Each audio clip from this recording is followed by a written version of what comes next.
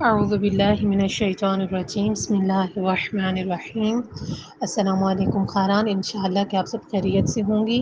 دیکھیں، جو صفحے میں نے آپ کو پچھلی کلاس میں بھیجے تھے وہی صفحے دوبارہ آپ لوگوں نے آج مجھے سنانے ہیں تاکہ آپ لوگوں کو اچھے سے پریکٹس ہو جائے، کیونکہ ہمارا مقصد فقط قرآن کو اور قاعدے کو پڑھنا نہیں ہے، ہمارا مقصد ہے اس سے علم حاصل کرنا۔ جو ہمیں نہیں آتا ہم نے وہ حاصل کرنا ہے، اور قرآن مجید کو ویسے پڑھنا ہے کہ جیسے حضرت محمد مصطفیٰ پڑھا کرتے تھے۔ صحیح ہے۔ دوسرا، آپ لوگوں کو یاد ہوگا کہ ہم نے سورہ الحمد کی 2 آیات پڑھی تھیں، آج ہم اگلی 2 آیات کو بھی ساتھ میں یاد کریں گے۔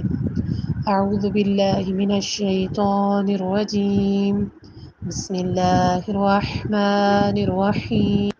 الحمد للہ رب العالمین، الرحمن الرحیم، مالک یوم الدین، ایاک نعبد و ایاک نستعین۔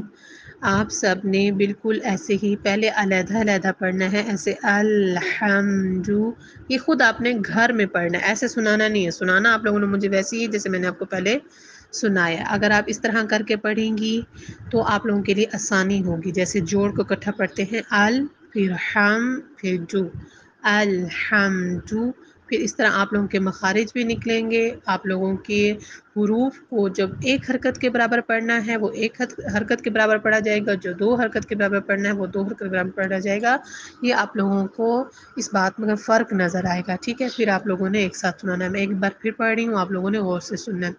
بسم اللہ الرحمن الرحیم، الحمد للہ رب العالمین، الرحمن الرحیم، مالک یوم الدین، ایاک نعبد و ایاک نستعین۔